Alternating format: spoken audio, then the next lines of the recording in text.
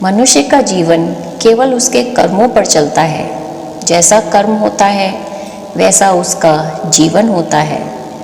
भगवान श्री कृष्ण जी कहते हैं कि हमें किसी से भी अंधा प्यार नहीं करना चाहिए। हमारा किसी के प्रति अंधा प्यार हमें कभी भी आगे बढ़ने नहीं देता। अधिक प्रेम भी व्यक्ति को बुद्धिहीन कर देता है।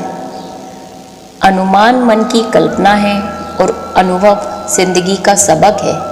सच्ची खुशी तभी होती है जब आपकी सोच, कथन और कर्म में समानता हो।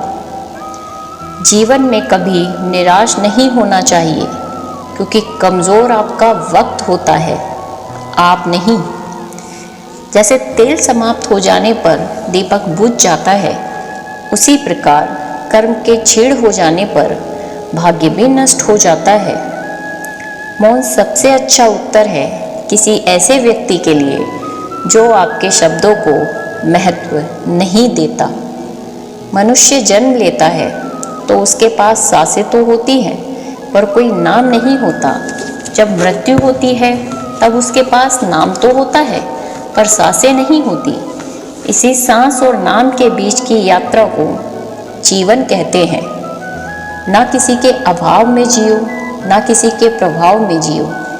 यह जिंदगी है आपकी, अपने स्वभाव में जियो। किसी के प्रति मन में क्रोध लिए रहने की उपेक्षा, उसे तुरंत प्रकट कर देना अधिक अच्छा होता है। जैसे क्षण भर में जल जाना देर तक सुलगने से अधिक अच्छा होता है। इंसान चाहे जितना भी खुद को व्यस्त रख ले, जिससे वो प्रेम करता है उसकी यादों से नहीं बच सकता। समय कभी नहीं रुकता। आज यदि बुरा चल रहा है तो कल अवश्य ही अच्छा आएगा। आप केवल निस्वार्थ भाव से कर्म कीजिए और वही आपके हाथ में है। हमारी आस्था की परीक्षा तब होती है जब हम जो चाहें वो ना मिले और फिर भी हमारे दिल से प्रभु के लिए शुक्रिया ही निकले। दया होनी चाहिए, कमज़ोरी नहीं। ज्ञान होना चाहिए, अहंकार नहीं। माता पिता बनना अत्यंत सुखद अनुभव है। उत्साह से जीवन जीना और स्वयं पर महारत हासिल करना खुशी देता है।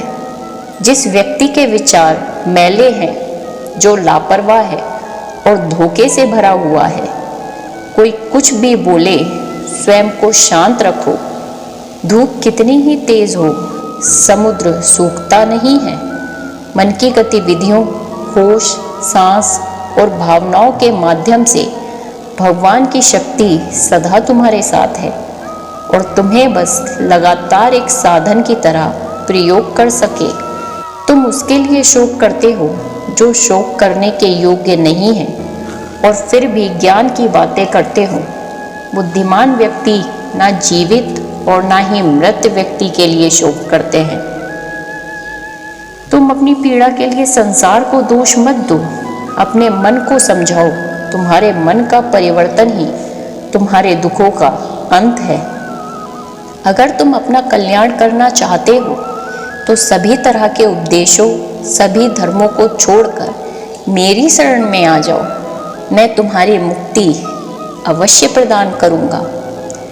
सुख दुख का आना जाना सर्दी और गर्मी के आने जाने के जैसा ही है, इसलिए इन्हें सहन करना सीखो, यही उचित है।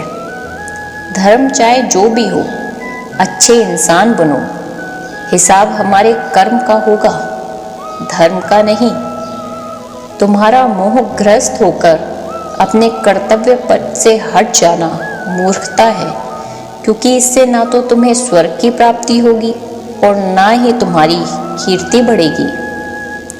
बुरा वक्त आपको जिंदगी के उन सच से सामना करवाता है जिनका आपने अपने अच्छे वक्त में भी कभी ख्याल भी नहीं किया होता। किसी दूसरे के जीवन के साथ पूर्ण रूप से जीने से अच्छा है कि हम अपने समय के भाग्य के अनुसार अपूर्ण जिएं। जीवन को भगवान से जोड़ दो, सब भगवान पर छोड़ दो। शांत रहना सही है, पर जब गलत हो तब नहीं। वाणी और पानी दोनों में छवि नजर आती है। पानी स्वच्छ हो तो चित्र नजर आता है और वाणी मधुर हो तो चरित्र नजर आता है। राधे राधे। खुशियाँ मन की एक स्थिति है, बाहरी दुनिया से इसका कोई लेना देना नहीं होता। जीवन ना कल में है ना आज में है, जीवन तो बस इस पल में है। इस पल का अनुभव ही जीवन है। हम दुनिया से कभी शांति नहीं पा सकते जब तक हम खुद अंदर से शांत नहीं होते। मनुष्यों को मोह माया में पड़कर अपने कर्तव्यों को नहीं भूलना चाहिए। मनुष्य की इच्छाएं अनंत है। यदि इच्छाएं पूरी नहीं होती तो क्रोध बढ़ता है और इच्छा पूरी होती है तो लोभ बढ़ता है। इसलिए जीवन की हर स्थिति में धैर्य बनाए रखें तथा इच्छाएं सीमित रखें। कर्मयोगी अपने मन और बुद्धि की शुद्धता के लिए ही अपने शरीर, मन, बुद्धि और इंद्रियों के साथ आसक्ति रहित होकर कर्म करते हैं। हे अर्जुन, मैं सर्वज्ञ हूँ, मैं सृष्टि का रचनाकार हूँ। मैं भूत, वर्तमान और भविष्य के सभी प्राणियों को तथा उनके विचारों को जानता हूँ, किंतु वास्तविकता में कोई मुझे नहीं जानता और ना ही समझ सकता है। लोग कहते हैं अपनों के आगे झुक जाना चाहिए, किंतु सच बात तो यह है जो अपने होते हैं वे कभी झुकने नहीं देते। जिस प्रकार श्री कृष्ण ने अपने ज्ञान से राह भटकते अर्जुन को सफलता प्राप्त करवाई थी, उसी प्रकार भगवान श्री कृष्ण अपने सभी को अपने जीवन में आगे बढ़ने की राह दिखाते हैं। श्री कृष्ण कहते हैं, कर्म करो, फल की इच्छा मत करो। उनके इसी विचार को हम आपको एक कहानी के माध्यम से समझाते हैं। एक बार एक राजा था जो अपनी प्रजा का बहुत ख्याल रखता था। वह अपनी प्रजा के बीच जाता और उनकी समस्याओं को सुनता था। वह कोशिश करता था कि वह उनकी समस्याओं को दूर कर सके। उसकी कर्तव्य निष्ठा के चर्चे दूर दूर तक फैले हुए थे। एक बार राजा अपने राज्य में भ्रमण करने के लिए निकले हुए थे, तब उनके कुर्ते का एक बटन टूट गया। यह देख राजा ने अपने मंत्री को तुरंत बुलाया और उसे आदेश दिया कि वो गांव से एक अच्छे दर्जी को बुला लाए जो उनके कुर्ते का बटन लगा दे। यह सुन मंत्री ने गांव में दर्जी की खोज शुरू कर दी। संयोग से उन्हें एक दर्जी मिल भी गया। गांव में उसकी एक छोटी सी दुकान थी। उस दर्जी को जल्दी ही राजा के पास लाया गया। उस दर्जी ने राजा से कहा कि क्या वो उसके कुर्ते के बटन सिल सकता है। दर्जी ने कहा कि यह तो बड़ा ही आसान काम है। दर्जी ने अपने थैले से धागा निकाला और कुर्ते का बटन लगा दिया। राजा बेहद खुश हुए और उससे पूछा कि वो उन्हें कितने पैसे दे। इस पर दर्जी ने कहा कि इतने से काम के लिए वो पैसे नहीं ले सकता है।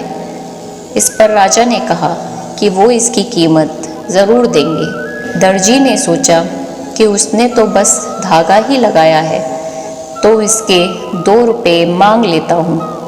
फिर दर्जी ने सोचा कि कहीं राजा यह ना सोचे कि इतने से काम के 2 रुपये तो गांव वालों से कितना पैसा लेता होगा। यह सब सोच समझकर दर्जी ने कहा कि वो अपनी इच्छा से जो भी देंगे वो ले लेगा। यह सुन राजा ने अपनी हैसियत के मुताबिक उसे 2 गांव देने का फैसला किया। राजा ने कहा कि कहीं समाज में उनका रुतबा छोटा ना हो जाए, इसलिए उसने यह आदेश दिया है। दर्जी ने मन में सोचा कि कहाँ तो वो 2 रुपये मांग रहा था और कहाँ वो 2 गांव का मालिक बन गया। इस कहानी से हमें यह सीख मिलती है कि हम सभी अपनी क्षमता के अनुसार सोचते हैं, लेकिन भगवान हमें अपने हिसाब से सब कुछ देते हैं। हम छोटा मांगते हैं और कई बार भगवान हमें उनके देने की क्षमता के आधार पर कुछ अच्छा और बड़ा दे देते हैं। इसलिए गीता में श्री कृष्ण ने भी कहा है कि कर्म करो, फल की इच्छा मत करो। और यही इस कहानी का सार भी है।